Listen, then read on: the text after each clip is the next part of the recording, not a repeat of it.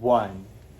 Mr. Speaker, ladies and gentlemen, a lot of the case so far by the immediate previous speaker is only targeted to the rich, and we question the lens of this blanket policy having to be needed.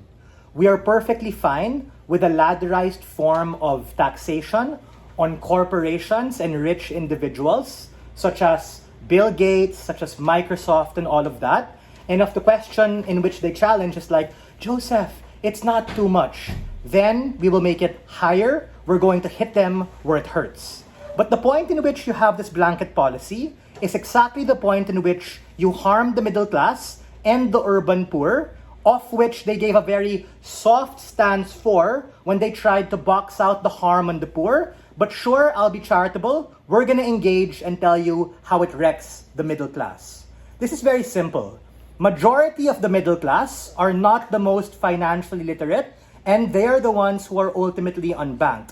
That is to say, those who get the shortest end of the stick because of things they can't control, like the birth lottery, get systematically disenfranchised and pushed to the margin when the state uses and allows its levers of socio-political capacity to restrict their ability to inherit, to own, to develop, and to benefit from private property and everything that an estate stands for. Let's expand this debate to be very clear so that we don't get misrepresented.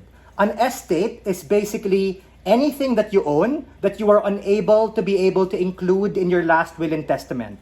Meaning, if you die, then you aren't able to pass it off or liquidate it or put that in the name of your next of kin. That goes to the estate. Status quo is about taxing this particular thing. We're fine with that. What we are particularly against is taxing everyone and 100% tax, which means that inheritance no longer happens on their side.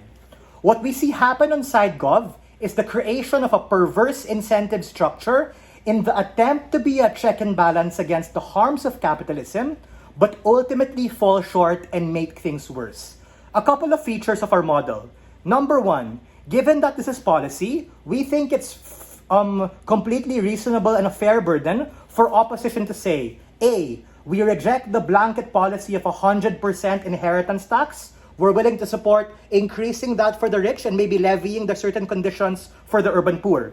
B, we think that this shouldn't be done to all people, especially those who fall in the middle, because things aren't always about the far ends of the spectrum, but also the majority of middle classes who I characterize to be unbanked, who I characterize need these inheritance in order to perpetuate their particular life. Again, we're completely fine with taxing the shit out of the corporations and the rich in order to achieve what side government wants. The point in which you drag everyone with you is the point in which you undermine the very capitalist structures that seek to be able to help people.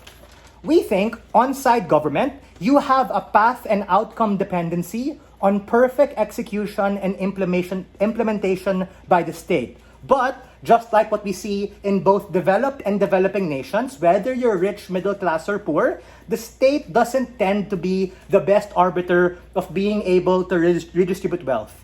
Reasons such as corruption, capitalism, etc., especially when it's bound up in levers of political, social, and economic power when you're dealing with elites. And these elites also happen to be major shareholders in corporations. And guess what? They often happen to be senators and congressmen. Heck, even the president of your country is exactly the point in which there's too much systemic risk for us to be able to expect redistribution to happen there. Why is this the case? A, there are so many things we can't control, just like an accident and these things being random. I'd like to question the previous speaker. If they think it's as simple as, when I buy something, I'll list it right away to my particular relatives. What happens if you get a stroke, a cardiac arrest, an aneurysm, or even bangungot at the point in which you're thinking about it or going to that place because the decision in and of itself to give something to someone while you're alive is so fucking stressful. That is why last will and testament is often very confidential and only examined posthumously after your death, because we think people who work hard, especially the middle class and the rich, have every capacity to be anonymous because they don't want to open a can of worms while they're alive, and you have a battle royale of all your kids, your pamangkins, and everyone trying to fight over what you had done. It literally becomes a modern day prodigal son when you have a son who is arrogant enough to be able to ask you and kill the father while they're alive. What is the argument coming from our side? Very simple. We create a perverse incentive structure, and we believe that inheritance in and of itself is fundamentally just, and succession planning is the ultimate check and balance to be able to redistribute resources among the rich, among the middle class, and on the poor. Even if side government, as they did, try to loophole and say, you'll do it while you're alive, it becomes an assault on your quality of life that makes it worse off for everyone involved. The state, the patriarch or the matriarch who works hard for it, and their next of kin. Why is that the case? Number one, because people have an incentive to be able to work hard and perpetuate the levers of capitalism and commerce. Meaning, the very rich people you want to no longer have inheritance for their next of kin are literally the ones who fucking own all of these corporations. Whether that be the biggest of the big, like the Nestle's, the Procter & Gamble's, the Century Pacifics of the world, or small and medium enterprises, such as a small lending business, a pawn shop, or even a karinderya. We think that people of all walks of life have a fundamental claim to that mechanism that allows them to get out of their subsistence. Why? Because of capitalism in and of itself that allows them to be able to generate profit and be able to expand, as opposed on their side, on the comparative, wherein they become a slave and a hostage to government dole-out, and even if at best it is not the most sustainable.